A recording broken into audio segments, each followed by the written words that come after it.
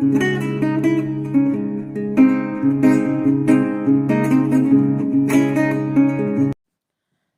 साथियों, कैसे हैं आप सब। परिभाषिक शब्दावली से संबंधित वीडियो प्रस्तुत कर रहे हैं। तो ओ अल्फ़ाबेट के शब्द पढ़ेंगे। हमारे पास पहला शब्द है ओथ, इसको बोलते हैं शपथ। ओथ ऑफ एलिजेंस, इसको बोलते हैं साथियों निष्ठा शपथ। अभी निष्ठा यानी सच्चे मन से शपथ, श्रद्धा। अभी ओथ ऑफ ऑफिस, इसको बोलते हैं पद शपथ। अगला है ओथ ऑफ सीक्रेसी, इसको बोलते हैं गोपनीयता शपथ। आपको पता है मंत्री गोपनीयता के भी शपथ लेते हैं जब शपथ उनको दी जाती है अपने पद के लिए। आगे है ओथ टेकिंग सेरेमनी, शपथ ग्रहण समारोह। तो शहीद भगत सिंह नगर में जाकर शपथ ग्रहण समारोह हुआ था मुख्यमंत्री साहब भगवंत मान साहब का, है ना, पता होगा आपको। आगे ओबीडियंस, इसको बोलते हैं साथियों आज्ञा पालन। अगला है ओबिच्यूरी, इसको बोलते हैं स्मृति शेष। अगला है निधन सूचना, जो पुण्य स्मृति। अगला है ऑब्जेक्ट, इसको बोलते हैं वस्तु आपत्ति। ऑब्जेक्ट पता है आपको, वस्तु भी कहते हैं, दिस ऑब्जेक्ट, है ना, इस करके ऐसा ऐसा तो बहुत शब्द आपने सुना होगा, दिस ऑब्जेक्ट करके वस्तु कहते हैं, ये यह वस्तु। आगे आपत्ति भी आपको पता होगा, अगर क्रिया है तो आपत्ति लिया जाएगा, यदि नाउन है तो वस्तु लिया जाएगा। ओके, आक्षेप करना भी होता है। आगे है ऑब्जेक्शन, आपत्ति, नाउन बन गया जहाँ पर, जैसे संज्ञा बने, ठीक है, संज्ञा बन गया। आगे ऑब्जेक्टिव, इसको बोलते हैं उद्देश्य, वस्तुनिष्ठ भी बोलते हैं।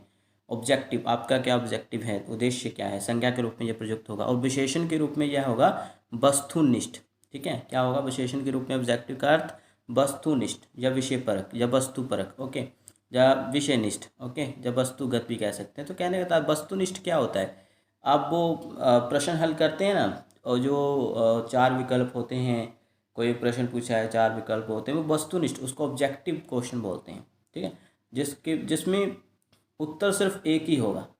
ये नहीं है कि आप जब रिटन एग्ज़ाम देते हैं तो बहुत सारे, है ना, अलग अलग प्रकार से समझा देते हैं कि हाँ इस प्रकार से ये उत्तर है, लेकिन उसमें सिर्फ एक ही सही उत्तर होगा। तो वस्तुनिष्ठ मतलब होता है उसका अर्थ। ओके, आगे चलेंगे।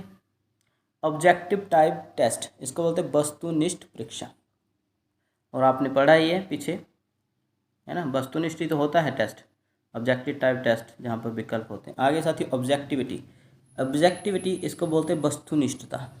वाक्य के माध्यम से समझेंगे। प्रतियोगी परीक्षाओं से नियुक्तियों में पारदर्शिता और वस्तुनिष्ठता आती है। अभी साथियों पता क्या होता है, वस्तुनिष्ठ टेस्ट क्यों रखे जाते हैं। लिखने को तो रिटन टेस्ट हो सकते हैं, है ना, रिटन टेस्ट भी तो हो सकते हैं अभी आपके मास्टर कैडर के लिए, वस्तुनिष्ठ ही क्यों। इसमें क्या होता है कि जब रिटन एग्ज़ाम होता है ना, उसमें आपके नंबर या तो अच्छे लगाए जा सकते हैं या कम। जब रिटन एग्ज़ाम होता है तो आप किसी को या तो ज़्यादा प्रभावित कर सकते हैं या कम प्रभावित कर सकते हैं।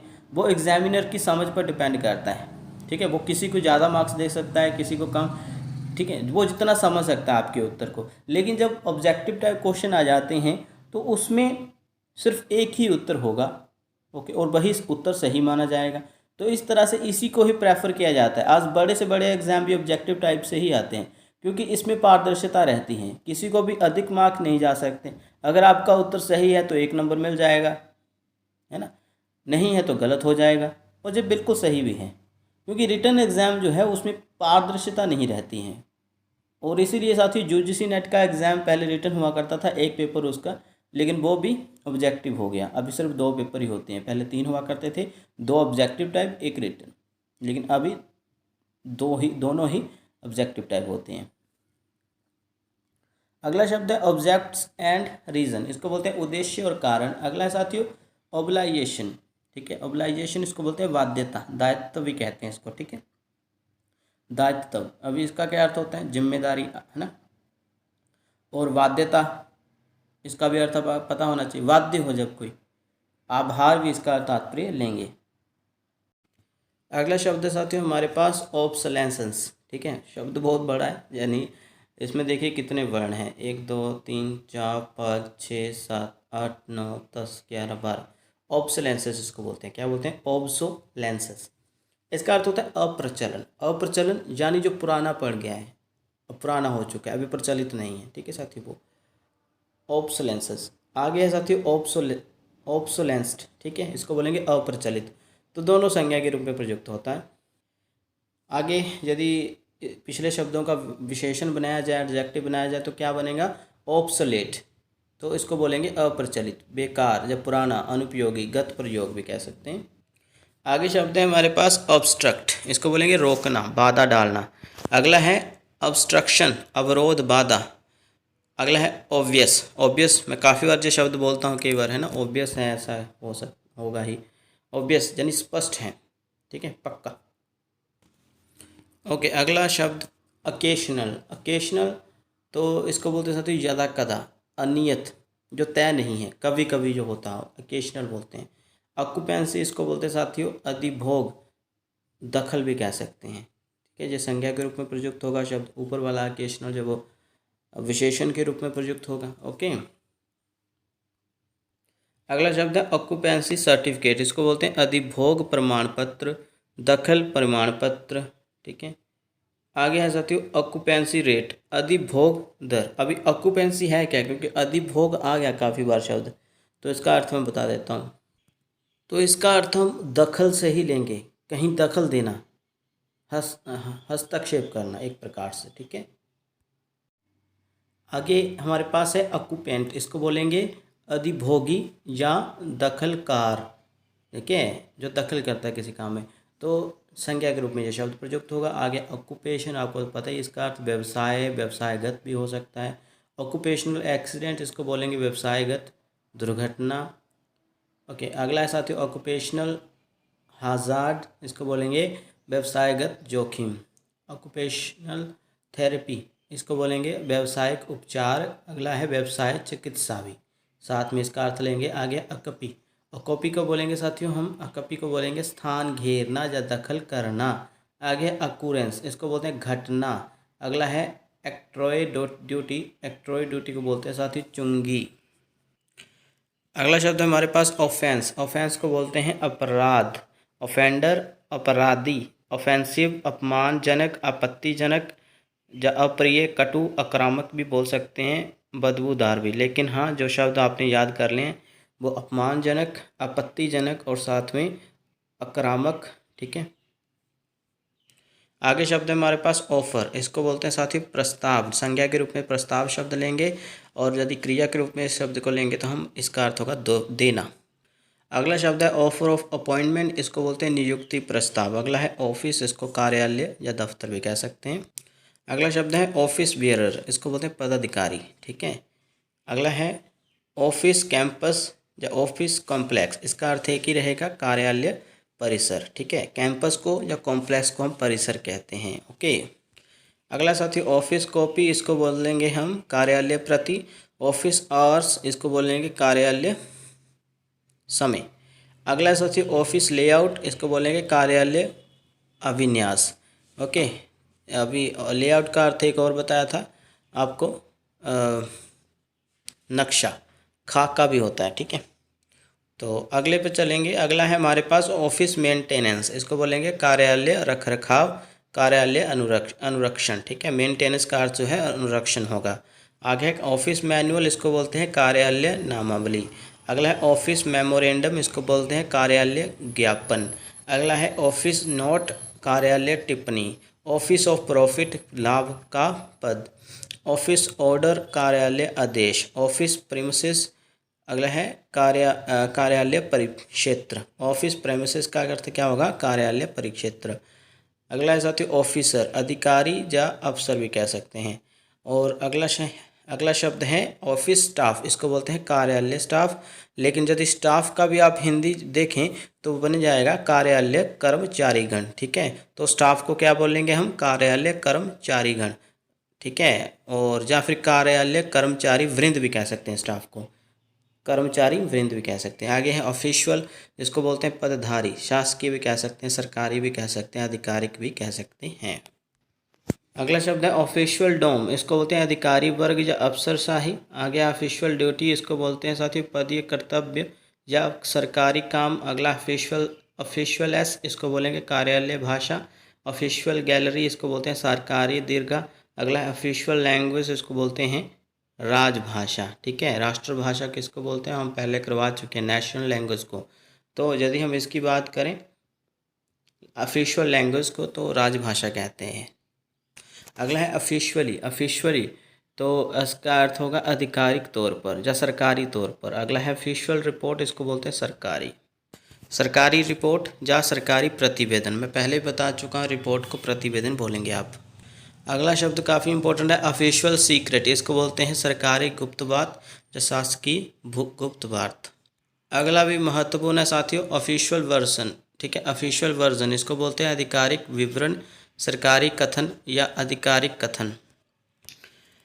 अगला शब्द है साथियों हमारे पास ऑफिशिएटिंग। ऑफिशिएटिंग को बोलते हैं हम स्थानापन्न। अभी ये क्या है स्थानापन्न, तो इसको समझने के लिए हम वाक्य पढ़ेंगे। वाक्य है, नए उच्चायुक्त के कार्यभार ग्रहण करने तक उन्हें स्थानापन्न बनाया गया है। स्थानापन्न तो जब किसी व्यक्ति को टेम्पररी तौर पर अस्थायी रूप से कोई ओहदा दिया जाता है। ठीक है, उच्चायुक्त का अर्थ हम जहाँ पर लेंगे कोई बड़ा अधिकारी। ठीक है, तो कहने का तात्पर्य है कि जब कहीं अस्थायी रूप से किसी को नियुक्त किया जाता है। ओके, अगला शब्द भी इसी से संबंधित है, ऑफिशिएटिंग अलाउंस, इसको बोलते हैं स्थानापन्न भत्ता। तो स्थानापन्न भत्ता यानी वो व्यक्ति जो स्थायी रूप से नियुक्त किया गया है किसी ओहदे पर, पद पर, तो उसको भत्ता भी दिया जाता है, अलाउंस कहते हैं जिसको। आगे है ऑफिशिएट अपॉइंटमेंट, स्थानापन्न नियुक्ति। ठीक है, स्थानापन्न नियुक्ति यानी किसी को भी किसी ओहदे पर जब स्थापित किया जाता है अस्थायी रूप से नियुक्ति, वो नियुक्ति। ठीक है, ऑफिशिएटिंग अरेंजमेंट, इसको स्थानापन्न व्यवस्था कहेंगे। ऑफिशिएटिंग कैपेसिटी, इसको बोलेंगे स्थानापन्न हैसियत या स्थानापन्न रूप। अगला है ऑफिशिएटिंग पे, स्थानापन्न वेतन। ऑफिशिएटिंग पोस्ट, स्थानापन्न पद। याद कर लीजिएगा साथियों मैंने क्या बताया ऑफिशिएटिंग का अर्थ। अगला है साथियों ऑफ द जॉब ट्रेनिंग, इसको बोलते हैं कार्यांतर प्रशिक्षण। क्या बोलते हैं, कार्यांतर प्रशिक्षण। अभी ये ऑफ द जॉब यानी आपको जॉब पर जाने से पहले एक प्रशिक्षण दिया जाता है, उसकी बात हो रही है। ठीक है, तो ये भी आप याद कर लीजिएगा। आगे ऑफ द रिकॉर्ड, इसको बोलते हैं दर्ज ना करना या अनधिकारिक रूप से रिकॉर्ड। अगला शब्द है साथियों ओल्ड एज पेंशन, इसको बोलते हैं वृद्धावस्था पेंशन। ओके, तो पेंशन यदि पूछ ले जाए अकेला पेंशन, तो पेंशन को हम वृत्ति बोलेंगे। क्या बोलेंगे साथियों, वृत्ति। ठीक है, वृत्ति कह सकते हैं या माली इमदाद भी कह सकते हैं। ओके साथियों, तो ये दो शब्द आप याद रखें प्लीज़, दो शब्द आप याद रखें, वृत्ति। ओके, तो पेंशन बोलते हैं इसको। तो यहाँ पर पेंशन ही हिंदी में लिख दिया है तो इसको थोड़ा इग्नोर करें। हाँ, वृद्धावस्था वृत्ति कह सकते हैं या माली इमदाद। ओके, अगला शब्द है साथियों हमारे पास ओम्बुड्समैन। ओम्बुड्समैन तो इसको बोलेंगे हम लोकपाल। ठीक है, तो लोकपाल का अर्थ क्या होगा भाई, तो लोकपाल को लोगों का रक्षक भी कहा जाता है। ठीक है, लोगों का रक्षक, लेकिन इसका अर्थ आप लोकपाल से ही लेंगे। लोगों का रक्षक इसका मैं तात्पर्य यानी अर्थ बता रहा हूँ ओम्बुड्समैन का। ओके, तो लोकपाल के बारे में यदि सुना हो, केजरीवाल की पार्टी आम आदमी पार्टी की बात हो, तो जब जो अस्तित्व में आई थी तो वो लोकपाल बिल के लिए संघर्ष कर रही थी, अन्ना हजारे आंदोलन, जिसमें ये कहा गया कि भ्रष्टाचार को रोकना है तो लोकपाल बिल है ना, भ्रष्टाचार को रोकने के लिए ही ये पार्टी बनी थी। और आते ही देख लीजिए कि उन्होंने भ्रष्टाचार को रोकने के लिए एक नंबर भी जारी किया जिस पर आप वीडियो भेज सकते हैं किसी भी अधिकारी के बारे में। जब भी कोई आपसे कोई मांग रहा हो रिश्वत, तो आम आदमी पार्टी का यदि अस्तित्व हुआ है यानी कायम हुआ, तो वो सिर्फ और सिर्फ भ्रष्टाचार था पहले। फिर उसके बाद राजनीति में आए, मांगे नहीं मानी गई थी तब की। ठीक है, तब की कांग्रेस सरकार ने, आई थिंक 2011 या 12 में हुआ था आंदोलन जी। ठीक है, तो समझ सकते हैं आप लोग। आगे चलेंगे साथियों अगले पर। अगला शब्द है ओमिशन, इसको बोलते हैं लोप या चूक। ओके, तो वाक्य के माध्यम से समझेंगे इसका लोप का अर्थ, रिपोर्ट में कोई लोप नहीं है या चूक को सुधारा गया था। ओके, लोप का अर्थ हम चूक से ही लेंगे। ठीक है, चूक, कोई भूल, इस तरह से। अगला है साथी ऑन अकाउंट ग्रांट, इसको बोलते हैं लेखागत अनुदान। अगला है ऑन कॉल, इसका अर्थ होता है बुलाने पर उपलब्ध।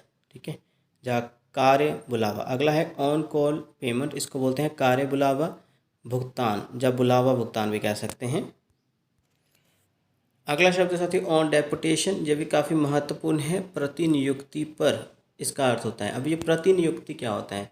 तो प्रतिनियुक्ति से हम तात्पर्य ले सकते हैं कि जब किसी अधिकारी की नियुक्ति किसी और अधिकारी के स्थान पर की जाती है। कहने का तात्पर्य कि यार कोई कॉलेज है ना, एक खास कॉलेज है किसी स्थान पर, वहाँ पर मान लीजिए कि हिंदी का कोई अध्यापक, जब प्राध्यापक बोलेंगे है ना, प्रोफेसर को तो प्राध्यापक बोलते हैं, तो प्राध्यापक उस कॉलेज में है नहीं, तो आप समझ लीजिए कि किसी अन्य कॉलेज में पढ़ा रहे हैं और आपकी नियुक्ति वहाँ पर कर दी जाती है, उस कॉलेज में जहाँ पर मांग है हिंदी प्राध्यापक की, और जहाँ पर आप पढ़ा रहे हैं वहाँ पर प्राध्यापकों की अधिक संख्या है, तो इसलिए वहाँ पर नियुक्त कर देना। जहाँ पर डिमांड है वहाँ पर ना हो कोई प्राध्यापक, इस तरह से प्रतिनियुक्ति की जाती है। ऑन डेपुटेशन, जिस चीज़ के लिए वो नहीं बना है वहाँ पर नियुक्त कर देना। मतलब बना तो है हिंदी प्राध्यापक के लिए, लेकिन हाँ उसकी नियुक्ति जो है वहाँ पर कर दी जाती है कि जब तक कोई नया नियुक्त नहीं होता है तब तक आप वहाँ पर जाकर पढ़ा सकते हैं। तो ऐसे सिर्फ ये तो मैं प्राध्यापक का उदाहरण दिया, ऐसा मास्टरों में भी होता है, यानी मास्टर कैडर में भी हो जाता है इस तरह से। अगला साथी ऑन ड्यूटी, इसको बोलते हैं काम पर या ड्यूटी पर इत्यादि। अगला साथी वन मैन कमीशन, इसको बोलते हैं एक सदस्यीय आयोग, कमीशन को तो आयोग बोलते हैं। आगे है ऑनरस, इसको बोलते हैं कठिन, दुर्भर या दुर्वह। वन साइडेड, इसको बोलते हैं एक पक्षीय या पक्षतापूर्ण, ठीक है, पक्षपातपूर्ण, वन साइडेड। अगला शब्द काफ़ी ज़्यादा इम्पोर्टेंट है, ऑन प्रोवेशन। प्रोवेशन पता है ना आपको, जब भी किसी अध्यापक को नियुक्त किया जाता है तो उसको प्रोवेशन पीरियड में रखा जाता है। 3 साल का नियम है प्रोवेशन का, परख काल भी जिसको बोला जाता है। तो हिंदी, शुद्ध हिंदी में क्या बोलेंगे, इसको बोलेंगे साथी परिवीक्षाधीन। क्या बोलेंगे? परिवीक्षाधीन। तो ये याद कर लेना आपने, भूलना नहीं है, ओके, पूछा जा सकता है। आगे साथी ऑन स्पेशल ड्यूटी, इसको बोलते हैं विशेष ड्यूटी पर या विशेष कार्य पर। आगे है ऑन द जॉब ट्रेनिंग, इसको बोलते हैं कार्यगत प्रशिक्षण। अगला साथी है ऑनस, इसको बोलते हैं जिम्मेदारी या दायित्व। अगला है ऑनवर्ड जर्नी, इसको बोलते हैं आगे की यात्रा। अगला है साथी ओपन एडवर्टीजमेंट, इसको बोलेंगे खुला विज्ञापन। अगला है ओपन कम्युनिकेशन, इसको बोलते हैं मुक्त संचार। अगला है ओपन कॉम्पिटिटिव टेस्ट, इसको बोलते हैं खुली प्रतियोगिता या खुली प्रतियोगी परीक्षा। ओपन डिलीवरी, इसको बोलते हैं खुली स्पुर्दगी, ठीक है, डिलीवरी को स्पुर्दगी, तो जिस संज्ञा के रूप में शब्द प्रयुक्त होगा। ओपन डिस्कशन, इसको बोलते हैं खुली बहस या खुली चर्चा। ओके, अगला है ओपनिंग, इसको उद्घाटन बोलते हैं संज्ञा के रूप में। अवसर भी होता है, खाली जगह भी। अभी साथियों बता देते हैं कि ओपनिंग को उद्घाटन कहते हैं, इनॉग्रेशन को भी कहते हैं उद्घाटन, तो कन्फ्यूजन नहीं रखना है। अगला शब्द है ओपनिंग बैलेंस। ओपनिंग बैलेंस इसको बोलते हैं आरंभिक शेष, या इसको हम अथ शेष भी कह सकते हैं। अभी ये क्या है बता देते हैं। जैसे कि आप कोई खाता खुलवाते हैं ना, हो सकता है 500 रुपये में खुलवाया हो, 1000 रुपये में खुलवाया हो, तो कई लोग फ्री में भी खुलवा लेते हैं, वो अलग बात है। तो जितने पैसे में आपने खुलवाया खाता, अभी प्राइवेट सेक्टर में जाओगे, प्राइवेट बैंक में जाओगे तो 5-6 हज़ार से कम में तो बहुत कम खोलते हैं वो खाता, बैंक की बात कर रहा हूँ। तो कहने का तात्पर्य है कि आरंभिक बैलेंस, यानी आपने खाता खुलवाया और उसमें कितना बैलेंस डाला, ओके, इस तरह से हम ले सकते हैं इसका अर्थ को। आगे ओपनिंग सेरेमनी, इसको बोलते हैं उद्घाटन समारोह। ओपनिंग आवर्स, इसको बोलते हैं साथ ही खुले रहने का समय। मतलब कोई भी क्लिनिक है या कोई दफ्तर है, कितने बजे से कितने बजे तक खुलता है, कब विराम लेते हैं, यानी होता है ना, हाँ, 1-2 घंटे का विराम लेते हैं, 1 घंटे का विराम, वो लिखा होता है कि क्लिनिक के बाहर। खुले रहने का समय कह सकते हैं ओपनिंग आवर्स। ओपन हेयरिंग, इसको बोलते हैं मुक्त शिक्षा। अगला है ओपन टेंडर। ओपन टेंडर होता है खुली निविदा, ठीक है। टेंडर होता है जब टेंडर भर लेते हैं तो फिर एक बोली लगती है, जिसने वो टेंडर खरीद लिया उसको क्या होता है कि उसने वो चीज़ मुहैया करवा के देनी है उस कंपनी को। अभी टेंडर जो है वो अलग अलग किस्म के हो सकते हैं, वस्तुएं मुहैया करवाना, ठीक है।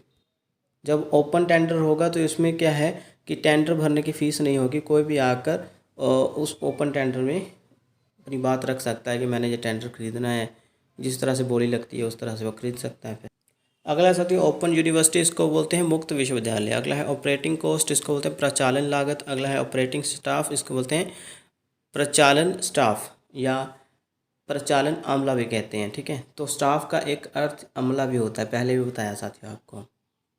ओके, ऑपरेशन के बहुत सारे अर्थ होते हैं, लेकिन एक वो ऑपरेशन भी होता है जो सेना करती है ना, आए दिनों करती रहती है आतंकवादियों पर। तो सैन्य कार्रवाई से भी इसका तात्पर्य ले लेंगे, लेकिन हाँ प्रचालन, संक्रिया या शल्य क्रम जे इत्यादि भी होगा। ऑपरेशन कई तरह के होते हैं, ठीक है। तो आप एक हॉस्पिटल में जो करते हैं वो उसको प्रचालन कह सकते हैं, संक्रिया कह सकते हैं, शल्य क्रम कह सकते हैं, शल्य कर्म, ठीक है। अगला है ऑपरेटिव, इसको बोलते हैं कर्मी प्रचालक या प्रवृत्ति प्रवर्तनशील या चालू, ठीक है। आगे चलेंगे, ऑपरेटिव ऑफिस प्रचालक कार्यालय, जहाँ से कोई दिशा निर्देश जारी किए जा रहे हैं, है ना। अगला शब्द है ऑप्थेमोलॉजी, इसको बोलेंगे साथियों नेत्र विज्ञान। अगला है ओपिनियन, राय मत, ओपिनियन पोल मत सर्वेक्षण बोलते हैं जिसको। अगला है ऑपरचुन मूवमेंट, उपयुक्त समय। अगला शब्द है अपॉर्चुनिटी, इसको अवसर बोलते हैं। ऑपोजिशन, इसको बोलते हैं विरोध पक्ष, विरोधी दल, इस तरह से। अगला शब्द है साथियों ऑप्शनल, इसको बोलते हैं वैकल्पिक। वैकल्पिक शब्द जो है ये विशेषण के रूप में प्रयुक्त हो सकता है और साथ में क्रिया विशेषण के रूप में। ऑप्शन का जो भी आपने सुना ही होगा, ऑप्शन का अर्थ विकल्प। ओरल को मौखिक जवानी भी कहते हैं, ठीक है, जवानी याद कर लेना, है ना, ओरल टेस्ट, जवानी परीक्षा, वो वाली चीज़। तो मुख संबंधी भी होता है इसका अर्थ ओरल का। आगे है ओरल कंसल्टेशन, इसको बोलते हैं साथियों मौखिक परामर्श। अगला है ओरल एविडेंस, इसको बोलते हैं मौखिक साक्ष्य। ओरल वार्निंग, मौखिक चेतावनी। अगला है ऑर्डर, आदेश, व्यवस्था, क्रम। ऑर्डर ऑफ अपॉइंटमेंट, इसको बोलते हैं नियुक्ति आदेश। ऑर्डर ऑफ मेरिट, इसको बोलते हैं साथियों योग्यता क्रम। मेरिट का अर्थ पहले ही बता चुका हूँ, योग्यता। अगला शब्द है साथियों ऑर्डर ऑफ प्रायोरिटी, इसको बोलते हैं प्राथमिकता क्रम। अगला है ऑर्डर ऑफ रिजर्वेशन, ठीक है, ऑफ साथ में लिख दिया है। ऑर्डर ऑफ रिजर्वेशन, इसको बोलते हैं आरक्षण क्रम। ऑर्डर ऑफ सीनियरिटी, इसको बोलते हैं वरिष्ठता क्रम। आगे है साथियों ऑर्डिनेंस, इसको बोलते हैं अध्यादेश। ऑर्गेनाइज्ड सेक्टर, इसको बोलते हैं संगठित क्षेत्र। अगला है ऑर्गन, इसको बोलते हैं मुखपत्र या पत्रिका, संस्थान या साधन या अंग भी कह सकते हैं। ऑर्गेनाइजेशन, इसको बोलते हैं संगठन, आयोजन। ऑर्गेनाइजेशनल क्लाइमेट, इसको बोलेंगे संगठन परिवेश। अगला है ऑर्गेनाइजेशनल स्ट्रक्चर, इसको बोलते हैं संगठनात्मक संरचना। अगला है ऑर्गेनाइजेशन एंड सिस्टम, इसको बोलते हैं संगठन और तंत्र। अगला है ऑर्गेनाइजेशन चार्ट, इसको बोलते हैं संगठन चार्ट। ऑर्गेनाइजेशन थियोरी, इसको बोलते हैं साथियों संगठन सिद्धांत। ऑर्गेनाइजिंग कमेटी, इसको बोलते हैं साथियों आयोजन समिति। ऑर्गेनाइजिंग सेक्रेटरी, इसको बोलते हैं आयोजन मंत्री या आयोजन सचिव। अगला है ओरिएंटल, इसको बोलेंगे पूर्वीय या प्राच्य। अगला शब्द काफ़ी इंपॉर्टेंट है ओरिएंटेशन, इसको बोलते हैं अभिविन्यास। अभिविन्यास का अर्थ क्या होता है, अच्छे तरीके से कोई चीज़ करना, ठीक है। तो एक प्रकार से हम कहते हैं साज संवार करना, साज ना सजाना। उन्मुख होना भी इसका अर्थ होगा। उन्मुख होना इसका वर्ब के रूप में प्रयोग किया जाएगा, ठीक है। ओरिएंटेशन को उन्मुख होना भी कहते हैं। उन्मुख होता है किसी कंपनी का अच्छा अपना अस्तित्व कायम करना, अच्छी तरह से अपना महत्व कायम करना, उन्मुख होना, ओके। अभिमुख होना और करना, इसका भी यही अर्थ होगा। तो अभिन्यास का आप जरूर समझें, ठीक है। अगला इम्पोर्टेंट है साथियों शब्द orphanage. Orphanage, orphan तो आपने सुना होगा, यदि ऑर्फन एज शब्द है तो अनाथालय, यदि ऑर्फन है तो अनाथ, ठीक है। ऑर्फन एज का अर्थ अनाथालय। अदर बैकवर्ड क्लासेस, इसको बोलते हैं अन्य पिछड़े वर्ग। आगे साथियों आउटलाइन, आउटलाइन का अर्थ होता है रूपरेखा या रेखांकित करना। अगला है आउटलुक, इसका अर्थ होता है साथियों दृष्टिकोण। आउटलेट का अर्थ होता है साथियों निकास, निर्गम या विक्रय केंद्र भी कहते हैं। रिटेल आउटलेट भी कह सकते हैं, लेकिन हाँ निकास, निर्गम और विक्रय या केंद्र, ये इंपॉर्टेंट है। आउट ऑफ डेट, कहते हैं ना कि आउट ऑफ डेट हो चुका है, ये बेकार हो गया है, अप्रचलित भी कह सकते हैं। लेकिन जो शुद्ध अर्थ लिया जाएगा इसके लिए वो है साथियों गतावधिक, ठीक है। क्या है, गतावधिक। अगला है साथियों आउट ऑफ प्रिंट, इसको बोलते हैं अप्राप्य। आउट ऑफ वर्क रोजगारहीन, बेरोजगार, आउट प्लेसमेंट इसको बोलेंगे अन्यत्र स्थानन या अन्य स्थानों पर, ठीक है, और जगहों पर। आउटपोस्ट इसको बोलेंगे सीमा चौकी। आउटपुट उत्पादन, उत्पाद भी कह सकते हैं, निर्गत भी कह सकते हैं। पता है ना आपको, आउटपुट का मैंने बताया था, इनपुट का निविष्टि बताया था। जी हाँ, तो आउटपुट को हम निर्गत बोलेंगे, ठीक है। अगला शब्द है साथियों आउटराइट परचेज, इसको बोलेंगे एक मुश्त खरीद। एक मुश्त खरीद, तो वाक्य के माध्यम से समझेंगे कि ये एक मुश्त का अर्थ क्या है। रक्षा मंत्रालय ने 40 वायुयानों की एक मुश्त खरीद की है। तो एक मुश्त का अर्थ यहाँ पर हम लेंगे एक साथ, इकट्ठा, इकट्ठे 40 वायुयानों की खरीद की है, ठीक है साथियों। तो ये होता है एक मुश्त का अर्थ, इकट्ठे जब कोई ऑर्डर करता है, ओके, कोई चीज़ खरीदते हैं।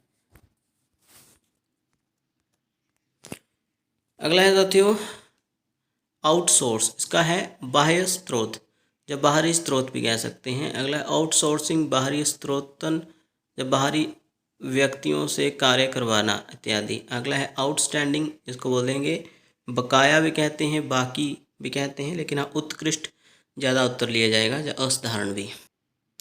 अगला है ओवर ब्रिज, पता है ना आपको ओवर ब्रिज ऊपरी पुल किसे कहा जाता है। आगे है अगला है साथियों हमारे पास ओवर चार्ज, इसको बोलते हैं अधिपरिभार।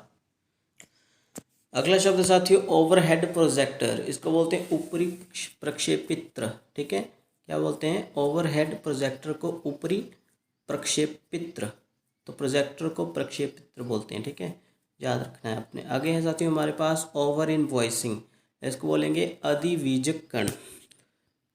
जिस वाल में अधिक बीज हों उसको हम कह सकते हैं अधिवीजक कण, ठीक है। अगला है साथियों ओवर पेमेंट, इसको बोलते हैं अधिक भुगतान या अधिक दी गई राशि कह सकते हैं। आगे है ओवर पॉपुलेशन, इसको बोलते हैं अधिक जनसंख्या या संख्या अधिक। ओवर क्वालिफाइड, इसको बोलते हैं अधिक अर्हता प्राप्त या आवश्यकता से अधिक अर्हता प्राप्त, ओके।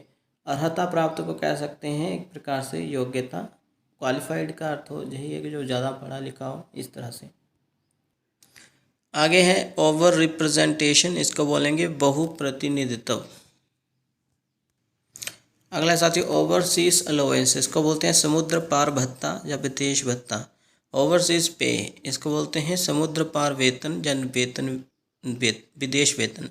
ओवरसाइट, इसको बोलते हैं साथियों चूक या भूल। ओवर टाइम, इसको बोलते हैं समय परे या अतिरिक्त समय। ओवर टाइम अलोवेंस, इसको बोलते हैं समय परे भत्ता। ओवर टाइम पे, इसको बोलते हैं समय परि वेतन। अगला है ओवर वैल्यूएशन, इसको बोलते हैं अधिमूल्यन, अधिक मूल्य या। ओवर वर्क, इसको बोलते हैं कार्याधिक्य। अगला है ओवर राइटिंग, इसको बोलते हैं अधिलेखन या लिखे पर लिखना। ओवर राइटिंग करते हैं ना कई लोग या कई बच्चे करते हैं ज़्यादातर, तो ओवर राइटिंग जब ज़्यादा ही वो लिख देते हैं, कहने का तात्पर्य कोई शब्द लिखा हुआ पहले से उस पर फिर से लिखे जा रहे हैं वो। ऑनरशिप, इसको बोलते हैं स्वामित्व। इस तरह साथियों हमारे ओ अल्फ़ाबेट से संबंधित शब्द होते हैं समाप्त। कल हम पी अल्फ़ाबेट को लाएंगे, तो चलिए मिलते हैं कल, धन्यवाद।